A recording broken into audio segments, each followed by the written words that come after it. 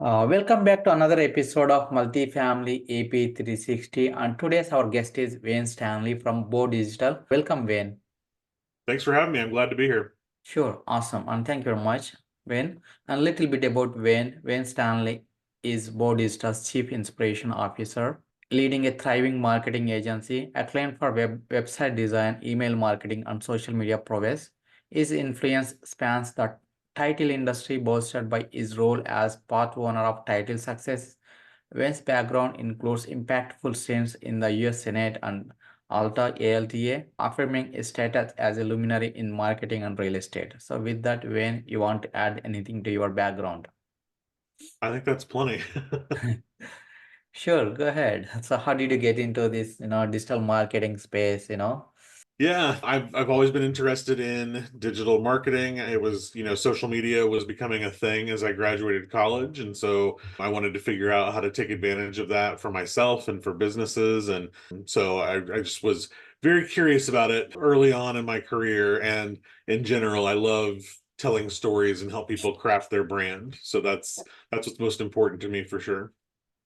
Sure. So, how exactly crafting brand really helps, in terms of revenue, sales, or, whatever. Yeah. I think that when we think about brands in general, for some organizations, they can't quite figure out what that means for them, or they'll say things like, well, we've got a mission statement. Is that not our brand? And for us, the story piece, the brand piece is all very important to help your customer, whether you're more B2B focused or B2C, it doesn't really matter. It's helping to tell that story so that they know, why are you different? Why are you better, faster, stronger than somebody else? And your story is different from your mission statement. It's really meant to help you evolve and change and grow as you do, because your story 2 months before the global pandemic would have been very different than 2 months into it, in 2020, and that kind of thing. And it should be different today. And if it's not, that's a whole other conversation. But it's really important to know very specifically who you are and why you do what you do.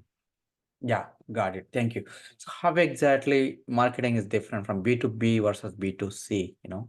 Sure. It's very hard, I think, for a lot of groups to transition between the two. But if you're not familiar with those two acronyms, B2B stands for business to business, and B2C is business to consumer marketing. And I think that one of the main ways that it's different or even more difficult is just that the business to business marketing is you're competing with so many other vendors for very similar services, so you're trying to get a business to use you for services, for education, for a specific product, who knows what it might be. And the way that you sell to those folks would be very different than and the channels that you use for that are very different than what you might do to get to a consumer. The average consumer, you might do way more on social media or direct to the consumer wherever they are, whether they live, work, play. But the business to business, you're more focused with them on a professional level almost. And so there are things that you may not want to do for the business side versus the consumer side, and it just depends on who you're targeting. But in general, I like doing the B2B marketing more, because I think that it allows you to have a more clear message on what you're doing. You don't have to fight for the consumer's attention. Got it. Yeah, thank you very much. So, you have successful or impactful stints in the US Senate and ALTA. So, share me that experiences. When I worked for the US Senate, I was a press secretary, and I was extremely young for my age to be in that role, but I was able to learn a lot and really do things that I wouldn't have had the opportunity to do at that point in my career. And so I'm very lucky to have had that experience. And we were adopting social media for the first time in a US Senate office. People weren't doing that back in 2007. In 2007, we barely had Twitter and Gmail, let alone the rest of our apps that we have today in social world. So it's kind of wild to see how that grew. And then when I went over to the American Land Title Association, I was focused really heavily on grassroots communications for their political arm, but then also on direct consumer education for these title companies. And through both of those experiences, I was able to really see what can work well and what doesn't work well in terms of galvanizing people around an idea or a plan and that kind of thing. And was able to see even though we had all these resources for marketing, we had people saying, this is helpful, but we still need somebody to actually do the work for us. And from there, Bo Digital was kind of born. But I really, those two work experiences, especially in the Senate and with the trade association, helped so much for me to understand, how marketing can impact people's decision making and why it's so important for a lot of these companies. Got it. Thank you. So, what social media platforms you guys leverage, and what are like some most effective, way for reaching prospective, target audience. Yeah. Great question. Everybody wants to know, where should I be active the most? And my general answer is you should be active where your customers are active, or if you're trying to go after new customers, wherever they may be active. And so how do you know that? A lot of times you have to ask them. You have to literally ask the question of, what do you spend your time on? Where do you spend time on these apps? In the professional sense, if you're more of a B2B marketer, you're probably going to have more success on the LinkedIn side of things. LinkedIn has grown and ballooned in huge ways in terms of networking and professional development. And it's not just a site that people are using to find jobs. It's still a great recruiter source, but it's so much more than that now. And so we see a ton of success there, success, especially if you're doing video on LinkedIn. People are spending a lot of time consuming content. It's not like Instagram or Snapchat or TikTok where you're moving through content really quickly. On LinkedIn, people are happy to spend time reading a 500-word post, which is kind of crazy to me, but they are. They're taking in that information. So that can be really helpful. And then for depending on who you're going after, Instagram is still the most engaged with daily app in the United States, especially, and in a lot of other countries too. But I mean, Instagram is, especially Instagram stories, are the most engaged with. It's the easiest to kind of push out there to folks. A lot of people don't know that you can, if you're scared of stories or you feel like you don't have time for it, you can get templates off of Canva and stuff to make that a lot easier for you. But it's a great way to share information very quickly with people. And then I do, even though there's a lot of drama with TikTok right now, I think that people need to be paying attention to TikTok or whatever whatever it looks like a year from now, because people are engaging with it in huge ways, especially if your customer base is under 40. It is likely that they are on TikTok more than anything else. A lot of those folks are using TikTok more than even Google for daily search results. So people have to really think differently about this. And so no, you don't have to go out there and do viral dances and stuff like that to be on TikTok. It can be really educational video. You can use it to teach people about what you do and why you do it, or the security risks around it, or just give them, updates on what's happening locally for your organization, that kind of thing. Got it. Yeah. Thank you very much for sharing that information. Can you describe any successful digital marketing campaign you have executed on real estate space, or title space? So what was your strategy? How did you measure its success? Yeah. Success is hard to measure for a lot of the marketing side of things. When I get asked that a lot, people will say, if I spend X amount of dollars this month, how much more money will I make this month? And I don't ever promise that, because that's not how a lot of the marketing piece works. And that's where you've got to balance sales and marketing and what you're doing. But we do have a couple of really great success stories that I like to talk about. And one is just that I think a lot of people, one of the biggest things people struggle with in their marketing is staying consistent. And so we had a company that just was not consistent in their marketing in the real estate space. They would only do marketing emails or blog posts or social media when times were slow. And so if times were slow and they had an extra hour that week, they would do that. And so we started doing weekly marketing emails and weekly blog posts. And then we started an uptick in their social media activity. And we were also doing monthly videos from their team. And we stayed really consistent with that. And we said, your customers are going to feel like you're spamming them because you're going from nothing to a lot all at once. But we balance that with really good content. It's important, if you're going to increase content in that way, like we did, it can't be super salesy in what you're doing. You don't want to always say, use our product, buy our tool, use our services. You've got to offer them something else. You want to be more of a thought leader in what you're doing. So that's what we did in a lot of that content. We were trying to introduce new ideas to them. Here are apps you should be thinking about. Here are new ways people are running their business and all of that, to show that they were a partner to their customer, not just trying to sell them something. And after about 3 months, we started to see a shift, and we started to get lots of replies from customers that had never given them business before that said, this is really great stuff. You guys have been feeding me all kinds of information. I want to buy your product. I want to buy what you guys are selling. And we saw a huge uptick in that. We saw an increase in subscribers for the emails that they were sending. Website traffic went up by huge percents because of the sort of flywheel approach of posting what we were doing on social, driving them to social from the blog posts, and then obviously hand delivering some of that stuff to their emails. And so we were able to grow and get new customer eyeballs on their company for the first time in a very long time, mostly by staying consistent and offering really good content that didn't purely be noisy, saying sell, sell, sell, sell, sell. And so that one was really good for us. Another quick one that I'll mention is also just on the power of knowing your story. We had a customer that had over 75 years in business. They had a really good story for their organization, but it was kind of stale. Their customers had heard it for years and years and years. Their team felt like they weren't able to use it in the same way to actually get results. And so they brought us in to redo that. And the first day they brought us in, a woman came up to us and said, there's no way you're going to be able to know our company with 6 hours of meeting with us. And sure enough, by the time we met with them, created their new story and everything, we heard from so many of their team internally, I have a whole new way of selling the company now. I have a more efficient way of going after our customers.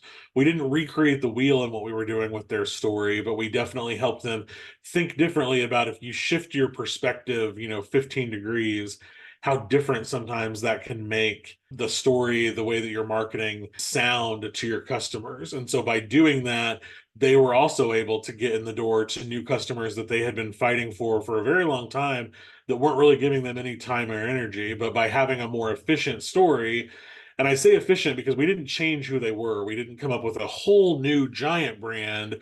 We just tried to make their story work for today's world. And I think that was a huge success for them that they still use to this day.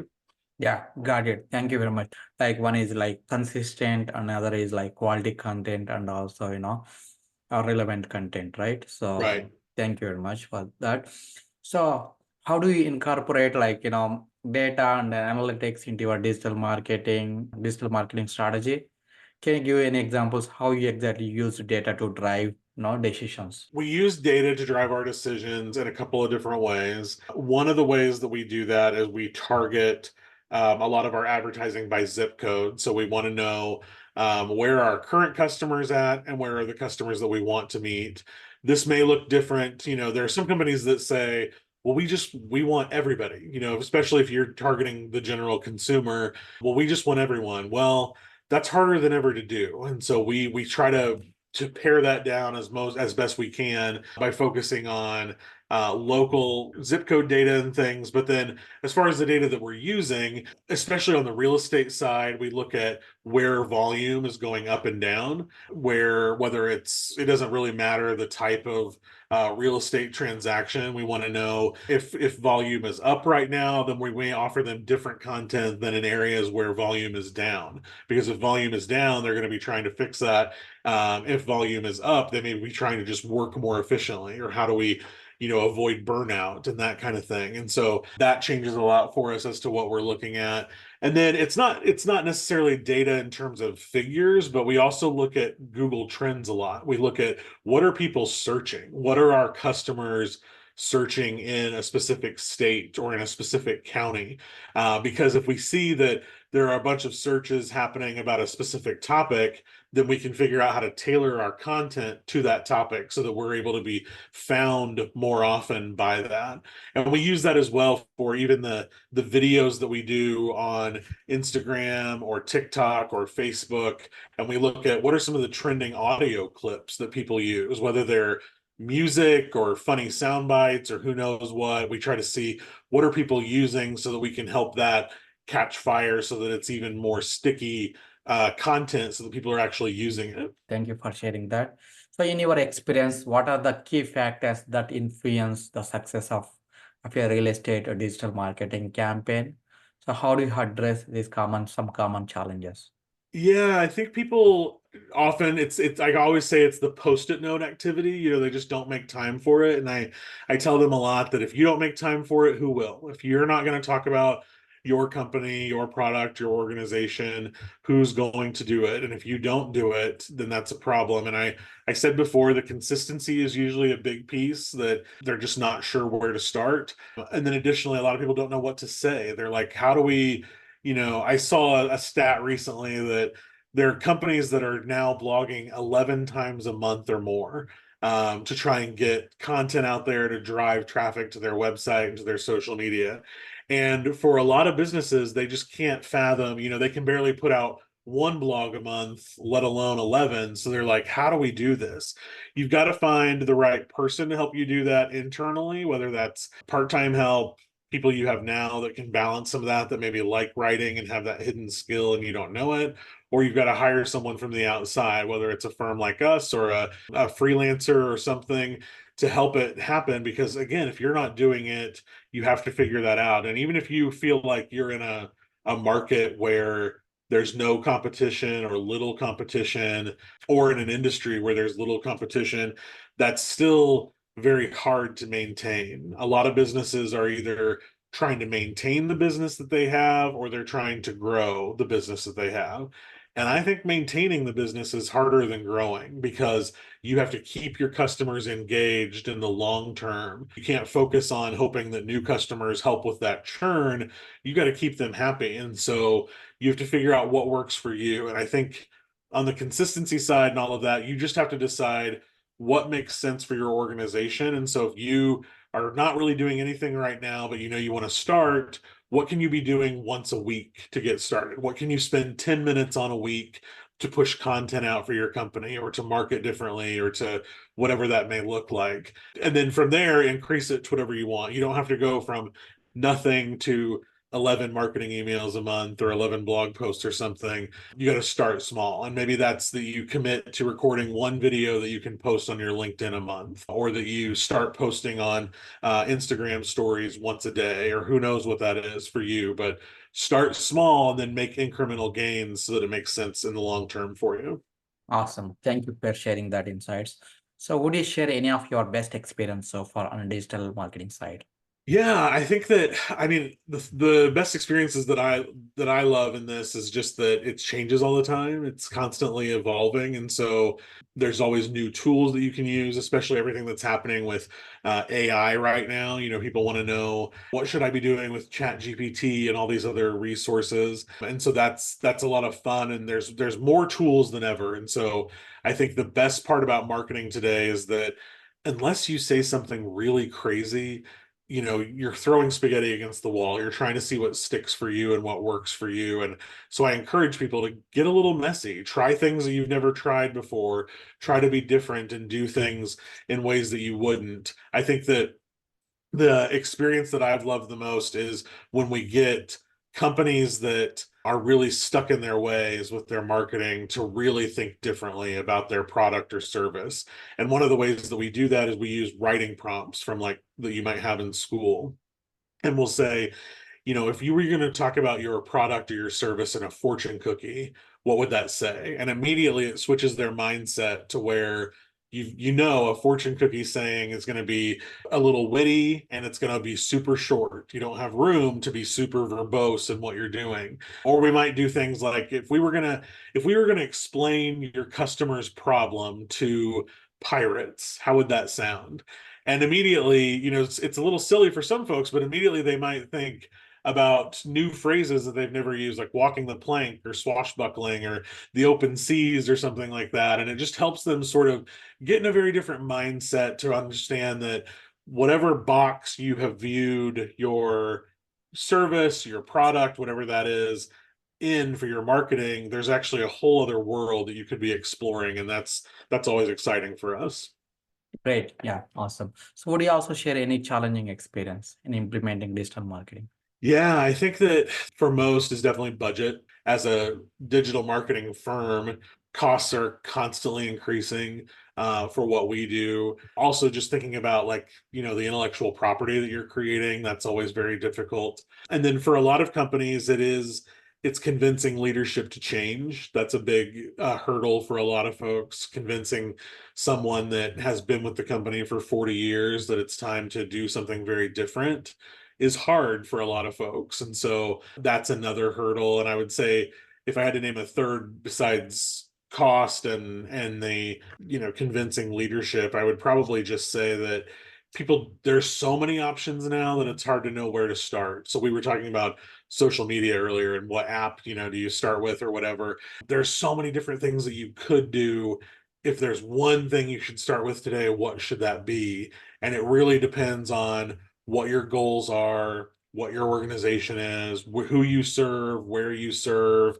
And I'm always happy to have those conversations. So if anybody wants to get in touch, we can easily talk about that stuff. But really thinking about taking a step back, sometimes they'll say, well, I heard we should be doing blog posts, or I heard we should be active on social media, or I heard we should be paying for SEO services.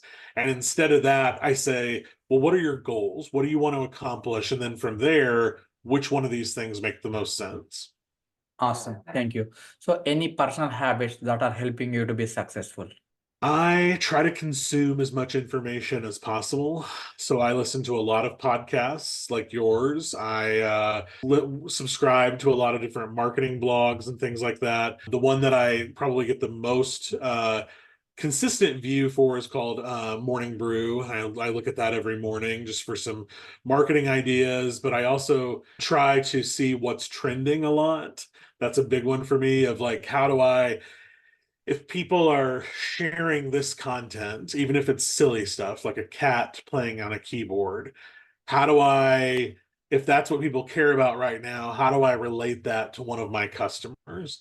So I try to do that a lot too. But I also, a huge part of marketing for us is also taking the time to reset. So another personal practice is that I just have to have time during the day for quiet time, not necessarily meditation, just time to clear my head because there are so many things that we're constantly thinking about. I have to have time that's no digital devices, nothing like that. How do I just have a little peace in my day? Cool. Sure. So any books that impacted your life? In what way? Oh, any books that have impacted my life? I mean, I like most folks, I do enjoy Gary Vaynerchuk. Most of his books have been extremely helpful. And one of his early ones was called The Thank You Economy and how you need to show gratitude for what you're doing. And so that one was really helpful. Another one that I love for small businesses, especially, is called Get Scrappy. And it's about how you have to fight. You have to fight for your business, and you have to use the techniques from a lot of these giant companies and figure out how to make them work for your smaller business. And I loved that idea of like getting scrappy with it and realizing that no, you don't have the budget of Coca-Cola or Amazon, but you can still mimic some of what's working for them. Awesome. And how can listeners can connect with you, Wayne? Of course, they can connect with us at our website, which is bowdigital.com, BOWE digital, or they can email me. My email address is on the website. And I'm also on LinkedIn with Wayne Stanley and on Instagram with @Wayne Stanley. Awesome. And thank you very much, Ben. Thank you. Of course, thank you for having me. Sure.